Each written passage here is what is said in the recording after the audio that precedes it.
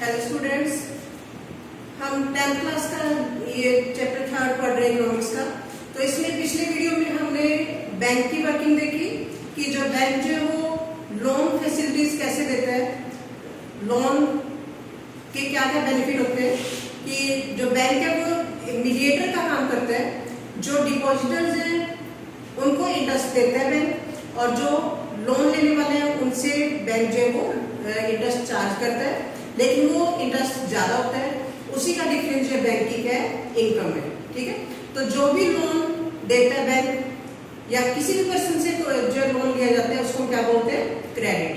तो इस वीडियो में हमने 2 डिफरेंट क्रेडिट सिचुएशंस पढ़नी है कि जो क्रेडिट जो लोन लिया जाता है उसका फायदा भी हो सकता है और नुकसान भी हो सकता है।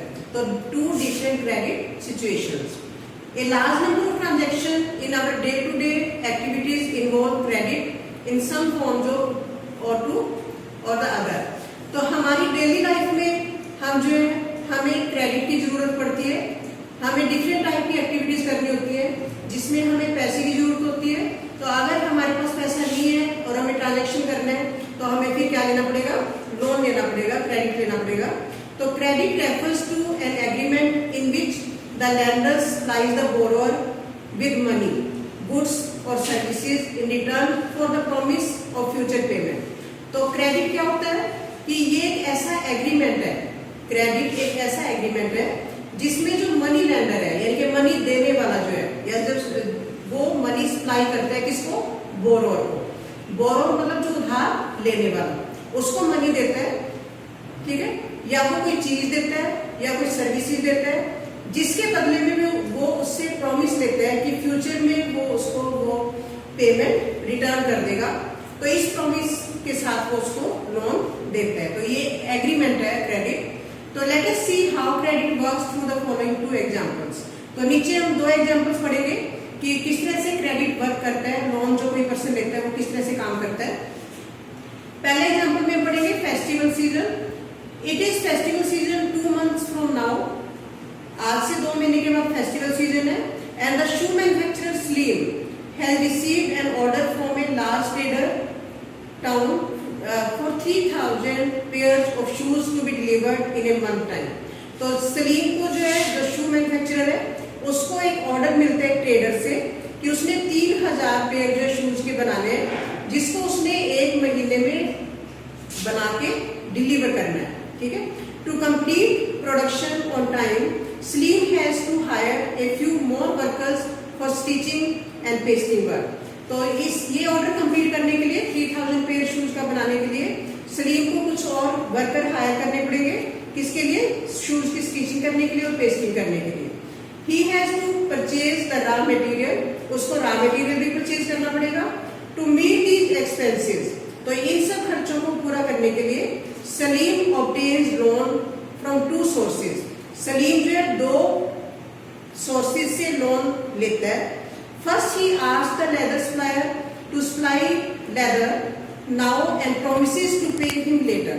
सबसे पहले वो लोन किस फॉर्म में लेता है कि जो लेदर सप्लायर है जिससे उसने लेदर खरीदा है, उससे वो उसको प्रॉमिस करता है कि मैं जो है जब मेरा ऑर्डर कंप्लीट हो जाएगा और मुझे पैसे मिलेंगे तो मैं आपका पैसा बाद में दे दूंगा। Second, he obtains loan in cash from the large trader as advance payment for 1000 pair of shoes with a promise to deliver the whole order by the end of the month। दूसरे तरीके से वो loan किससे लेता है कि जो trader जिसने उसको ऑर्डर दिया है 3000 शूज बनाने का, तो एडवांस में उसकी पेमेंट ले लेता है 1000 पेयर शूज की, और उसको प्रॉमिस करता है कि मैं आपका जो ऑर्डर है वो मंथ के एंड में कंप्लीट कर दूंगा और आपकी जो पेमेंट है पूरी कर दूंगा। At the end of month के एंड में सलीम जो है, Saleem is able to deliver the order. Saleem जो है ऑर्डर डिलीवर करने कर देता है और मेक ए गुड प्रॉफिट, और उसको बहुत अच्छा प्रॉफिट होता है। And repay the money that he है बोरोड। तो जो भी पैसा उसने उधार लिया था उसको वो रीपे कर देता है। तो in this case Saleem obtains credit to meet the working capital need of production. तो इस केस में सलीम ने जो है वो क्रेडिट उधार लिया। ठीक है, अपनी वर्किंग कैपिटल जो उसने शूज बनाने थे उसको पूरा करने के लिए। The credit helps him to meet production. तो इस तरह से क्रेडिट ने उसकी हेल्प की। अगर उधार ना मिलता उसको, ट्रेडर उसको इनकार कर देता या जो लेदर सप्लायर उसको इनकार कर देता, तो वो जो अपनी प्रोडक्शन कंप्लीट नहीं कर पाता और उसको इतनी अच्छी अर्निंग नहीं होती। तो credit therefore play a vital and positive role in this case. तो सलीम के केस में जो क्रेडिट ने बहुत ही इंपॉर्टेंट और पॉजिटिव रोल, यानी कि बहुत अच्छा रोल प्ले किया। तो इस तरह से हमने इस एग्जाम्पल में देखा कि जो लोन बैंक देता है या किसी से भी हम लोन लेते हैं तो उससे जो है वो बोरोअर को कितना फायदा होता है। अब एक दूसरा एग्जाम्पल हम पढ़ते हैं, स्वप्ना's प्रॉब्लम। एक हम रूरल एरिया से एग्जाम्पल देखते हैं। अभी हमने सलीम के केस में तो देखा कि उसको लोन से बहुत फायदा हुआ, लेकिन स्वप्ना के केस में देखो, Swapna a small farmer grows groundnuts on her 3 acres of land. जो स्वप्ना एक छोटी सी फार्मर है और वो जो अपने खेत में एक छोटा सा उसके पास खेत है 3 एकड़ का, तो उसमें वो जो ग्राउंडनट यानी कि मूंगफली की खेती करती है। She takes a loan from a money lender to meet the expenses of cultivation. तो वो जो है मनी लेंडर से, गांव में जो बड़े बड़े जो जमींदार होते हैं जो पैसा उधार देते हैं, उससे वो लोन लेती है अपने कल्टीवेशन मतलब खेती के एक्सपेंसेस को पूरा करने के लिए, hoping that her harvest would be help repay the loan. और उसको ये उम्मीद है कि जो जब मेरी खेती हो जाएगी उसको सेल करूंगी मैं, तो इससे मैं ये लोन रीपे कर दूंगी। Midway through the season the crop is, जो बीच में जब क्रॉप ग्रो हो रही थी तो उसको कीड़ा लग जाता है, पेस्ट मतलब कीड़ा, एंड द क्रॉप फेल्स, और उसकी जो क्रॉप है वो फेल हो जाती है। दो Swapna spray her crops with expensive pesticide, it makes little difference. जबकि स्वप्ना ने अपनी जो फसल पे पेस्टिसाइड भी छिड़के, कीड़े मारने की दवाई भी छिड़की, लेकिन उससे कोई फर्क नहीं पड़ा। और she is unable to repay the money lender and the debt grows over the year into a large amount. तो क्योंकि उसकी फसल खराब हो गई इसलिए वो मनी लेंडर का पैसा जो है वो वापस नहीं दे पाई, और एंड में उसका जो एक बहुत बड़ा अमाउंट जो लोन का जो बन गया। नेक्स्ट ईयर स्वप्ना एक से फ्रेश लोन फॉर कल्टीवेशन। फिर अगले साल स्वप्ना को फिर एक लोन लेना पड़ा कल्टीवेशन के लिए। It is a normal crop this year, इस साल नॉर्मल क्रॉप हुई, but the earnings are not enough to cover the old loan. लेकिन उसकी जो अर्निंग इतनी नहीं थी कि पुराना लोन को चुका सके। She is caught in debt, तो कर्ज में के जाल में वो पकड़ी गई, और she has to sell a part of land to pay off the debt. तो उसको जो अपना कर्जा चुकाने के लिए अपनी जमीन का एक टुकड़ा बेचना पड़ा। तो इसमें से हमने 2 क्रेडिट सिचुएशन देखी। एक में क्रेडिट लेने से फायदा हुआ सलीम को, और दूसरे में स्वप्ना की प्रॉब्लम देखी कि जो क्रेडिट लेने से उसको फायदा होने की बजाय क्या हुआ, नुकसान हुआ, उसको एक जमीन का टुकड़ा बेचना पड़ा। तो in rural areas the main demand for credit is for crop production. तो रूरल एरिया में जो मेन डिमांड है क्रेडिट की वो किसके लिए होती है, क्रॉप प्रोडक्शन के लिए। मेन जो ऑक्यूपेशन है रूरल एरिया में वो क्या है, फार्मिंग करना। तो crop production involves considerable cost of seeds, fertilisers, pesticide, water, electricity, repair of equipments etcetera. तो जो क्रॉप प्रोडक्शन है उसमें उसको जो सीड्स खरीदने पड़ते हैं, फर्टिलाइजर्स, पेस्टिसाइड्स, वाटर, इलेक्ट्रिसिटी या इक्विपमेंट्स की रिपेयर करवानी पड़ती है। इन सब के लिए उसको पैसा चाहिए होता है। There is a minimum stretch of 3 or 4 months between the time when the farmers buy these inputs and when they sell the crop। ठीक है, तो 3-4 महीनों का टाइम होता है जब उनको ये चीजों की जरूरत होती है। तो 3 या 4 महीनों के लिए उनको लोन की जरूरत होती है। Farmers usually take crop loan at the beginning of the season and repay the loan after harvest। तो ज्यादातर जो फार्मर्स है वो क्रॉप जब ग्रो करते हैं उसके बिगनिंग में लोन ले लेते हैं, और जब हार्वेस्टिंग होती है उसके बाद वो लोन रीपे कर देते हैं। Repayment of the loan is crucially dependent on the income from farming. तो वो रीपे कर पाएंगे कि नहीं लोन, वो किस पे डिपेंड करता है कि उनकी फार्मिंग की इनकम कितनी हुई है। ठीक है, इन स्वप्ना's case the failure of crop made loan repayment impossible. जैसे हमने स्वप्ना के केस में देखा कि जो लोन की रीपेमेंट इम्पॉसिबल हो गई उसके लिए she had to sell part of land to repay the loan, उसको जमीन का एक टुकड़ा बेचना पड़ा।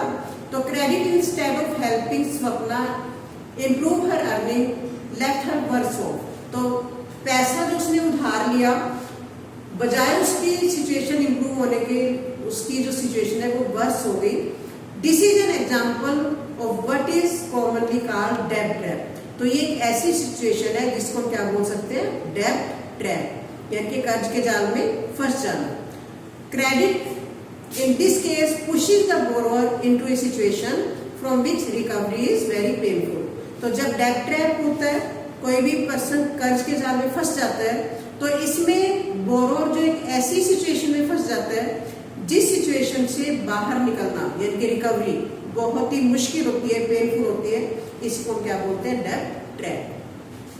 तो in one situation credit helps to increase earning and therefore the person is better off than before. एक केस में तो हमने देखा कि जो क्रेडिट ने हेल्प की, सलीम के एग्जाम्पल में जैसे हमने पढ़ा कि उसकी सिचुएशन पहले से अच्छी हो गई। In another situation because of crop failure credit pushes the person into a डेब्ट ट्रैप। तो दूसरी सिचुएशन में हमने देखा कि वो डेब्ट ट्रैप में फंस गया पर्सन। तो to repay her she has to sell. तो जो जैसे स्वप्ना का एग्जांपल पढ़ा कि उसको अपनी जमीन का टुकड़ा बेचना पड़ा।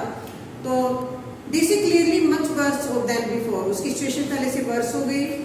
Weather credit would be useful और नॉट, क्रेडिट किसी भी पर्सन के लिए यूजफुल होगा या नहीं होगा, therefore depends on the risk in this situation and whether there is some support in case of loss.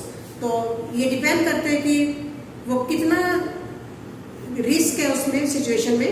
मान लो कोई पर्सन कोई इंडस्ट्री लगाना चाहता है, तो जरूरी नहीं कि इंडस्ट्री में प्रॉफिट ही होगा, या कोई एजुकेशन लोन लेता है तो जरूरी नहीं कि एजुकेशन में अगर वो सेटल हो जाएगा या नहीं हो जाएगा, तो ये एक रिस्क होता है। तो जब भी कोई पर्सन लोन लेता है तो उसमें रिस्क होता है कि क्या उसको फायदा होगा या नुकसान होगा। तो इस तरह से फायदा भी हो सकता है और नुकसान भी हो सकता है क्रेडिट का। तो let us work this out, fill in the following table. Salim और स्वप्ना का एग्जांपल हमने पढ़ा। Why did they need credit, उनको क्यों जरूरत हुई थी? सलीम को शू का जो ऑर्डर कंप्लीट करने के लिए, स्वप्ना को क्रॉप के लिए। What was the risk, risk क्या था सलीम का कि अगर उसके शूज टाइम पे कंप्लीट ना हो पाते, ठीक है, तो उसको नुकसान होता। और स्वप्ना का रिस्क क्या था कि क्रॉप अगर फेल हो जाएगी तो क्रॉप वो रीपे नहीं कर पाए। तो आउटकम क्या हुआ, रिजल्ट क्या निकला? सलीम को प्रॉफिट हुआ और स्वप्ना को लॉस हुआ। Suppose Salim continue to get order from trader, what would be the position after 6 year.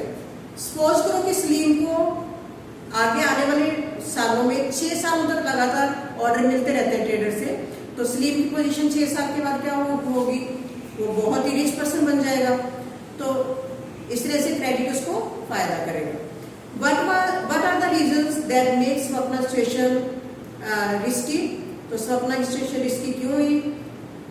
Pesticide ने काम नहीं किया, रोल ऑफ मनी लैंडर ने जो लोन दिया वो बहुत ही हाई रेट ऑफ इंटरेस्ट पे दिया, क्लाइमेट सूटेबल नहीं रही, तो इन सब के कारण जो स्वप्ना को नुकसान हुआ। तो हमने 2 पेजेस पढ़े आज, ठीक है। नेक्स्ट टॉपिक में हम टर्म्स ऑफ क्रेडिट पढ़ेंगे। तो ये आपने इसे पीडीएफ में मैंने क्वेश्चन आपको भेजने हैं, वो आपने लिखने के और याद भी करने हैं। तो ये 2 पेजेस आपने इस वीडियो में करें, तो इनको अच्छे से आपने रिवाइज करना है। Thank you.